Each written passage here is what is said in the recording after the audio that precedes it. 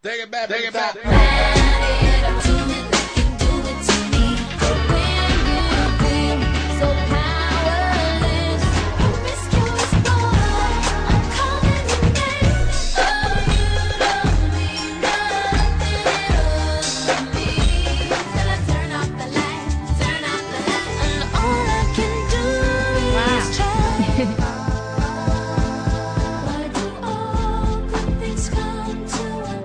She needs no introduction. She's the #1 female artist on the planet. She's our very own Nelly Furtado. Yes, everybody.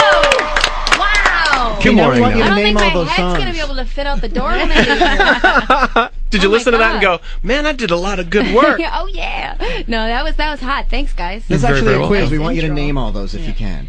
Ooh, I know, I'm like, getting to that point where I'm like, oh, I don't remember that one. Let me pull this one out of my back pocket. It would be really hard to say, I'm sorry you missed one. You don't get the Virgin Festival Ontario tickets. So how are you, Nelly?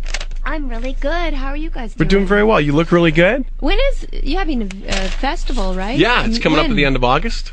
Oh, those are fun. I've heard good things about those shows. Yeah, they're really good fun. Who do you have this year? We have, let's see, we have Franz Ferdinand, Pet Shop Boys. Sean Kingston, Franz Ferdinand, Lights, Candy Cola Killers. Fun! New Cities, Melanie Candy Cola Killers. Yeah, they're good. They're good. Do you like them? They're local, aren't they? They are. Yeah, I've seen them live before. They're hot. They're really cool. Now, we know that you're a fan of, you actually, I was reading something last night that said that you secretly wish that you could have had a career parallel to Andy DeFranco and been an indie artist. Oh, yeah, for sure. When I was going to, like, Camosun College in Victoria, BC, studying arts. Yeah, for sure, yeah, because it just seemed like the smart thing to do. Right. But then I realized that it's good to have help, too. So. Now, you also, we're going to talk about your Spanish language. That's a hard word to say, by the way. Spanish language album all at the same time. Yeah. We're going to talk about that in a second. But first, I want to talk about the fact that you've decided you put together your own label. Yeah, it's called Nelstar Music. And actually, another band that I saw play with the Candy Cola Killers, Fratelda and the Phantoms, is signed to the label, Nelstar.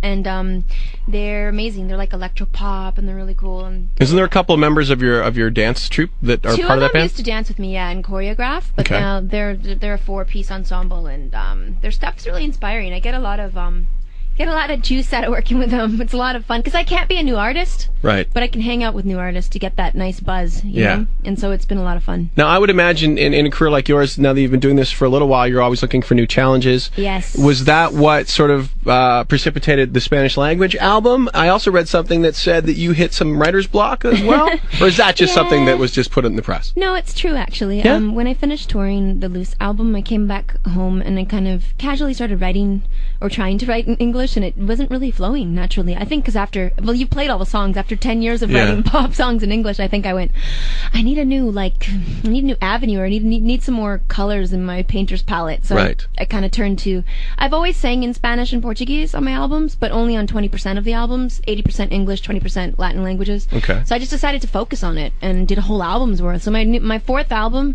as an artist is entirely in Spanish. Now, September 15th, it's in stores. It comes out September 15th, and I made it with kind of everybody in mind. 'Cause to me, I feel like music is a universal language, and it can be enjoyed on every level. Absolutely. Well, we've been playing it all morning. We've been listening to snippets of it. Yeah, and I want to play a little bit for you now because it definitely has the Nelly Furtado vibe. Oh, good. Now, help me with the pronunciation of the name of the single. Yeah, it's called Mamios.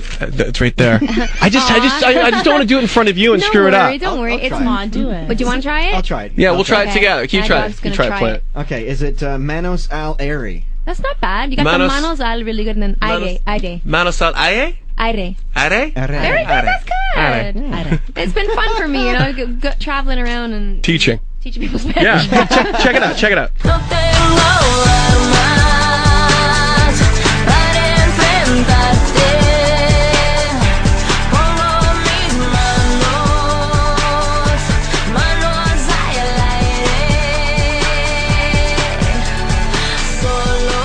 Were you surprised at the sound of this album, that it's so true to yourself, or did you think it would be a lot different, or did you even plan it? It was like a journey. I think I was confused.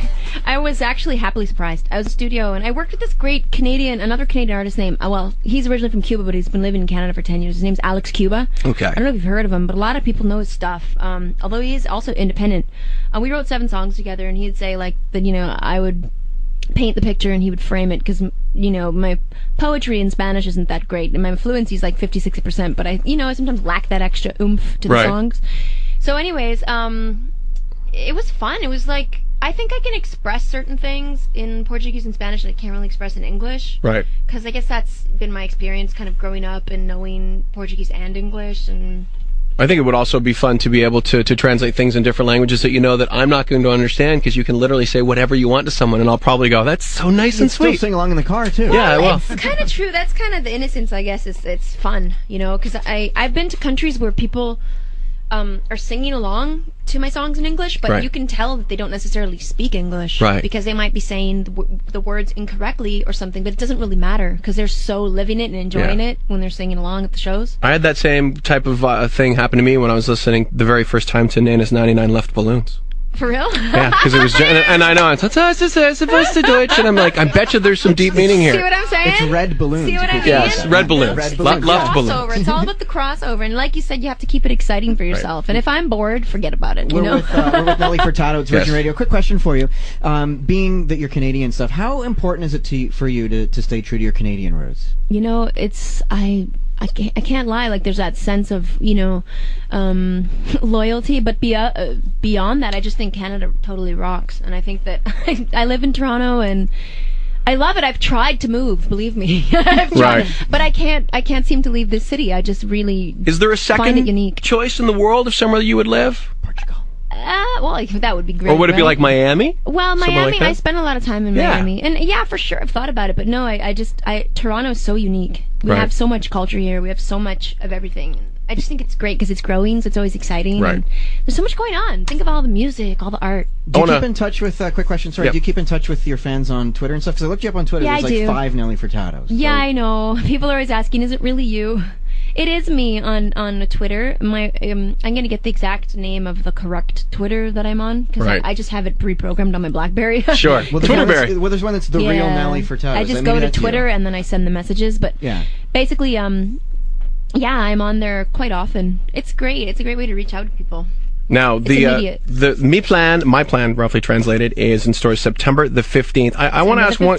Your daughter is now 6, is that correct? Almost 6, yeah. She'll be 6. She'll be almost 6. Is she at that point now where she's a fan of music and she's a fan of stuff that you don't necessarily like? Has that happened yet? She loves music. She's got incredible taste in music. I played her an early version of my album. It had more ballads on it, and she said, "Mom, these songs are too slow. You need more." Forget about I really don't think you should go for a ballad for the first single, Mom. I'm not hearing the single. I need you to go back. I went back to the drawing board and I put more fast up tempos on my album. Are you teaching your daughter Portuguese? You gotta listen to the kids. She knows some Portuguese for sure. Portuguese, a little bit of Spanish. So you try, right? And then in school, of course, they learn the French. So Mom has to learn French now, which is challenging. Okay. Listen, we want to thank you for coming in. We want to wish you nothing but the best of success with this record. Thank you guys so much. Now, I understand you're doing another studio English record for 2011 or 2010. Well, yeah, I actually hooked up with Timbaland for spring break, and we did some tracks, and it was fun. And on my Spanish record, I got 2 tracks produced by Salam Remy, who's worked with like Amy Winehouse, Jasmine Sullivan. He's really hot. Wow. So he's got 2 tracks. We might do some more stuff for my English material. I'm not sure. Cool. All right. NellyFurtado.com, of course, is the website. We're going to find out the real true Twitter a little bit later on as well. The true Nelly Furtado Twitter. Have an awesome day. Thanks for coming in. Thank you, guys.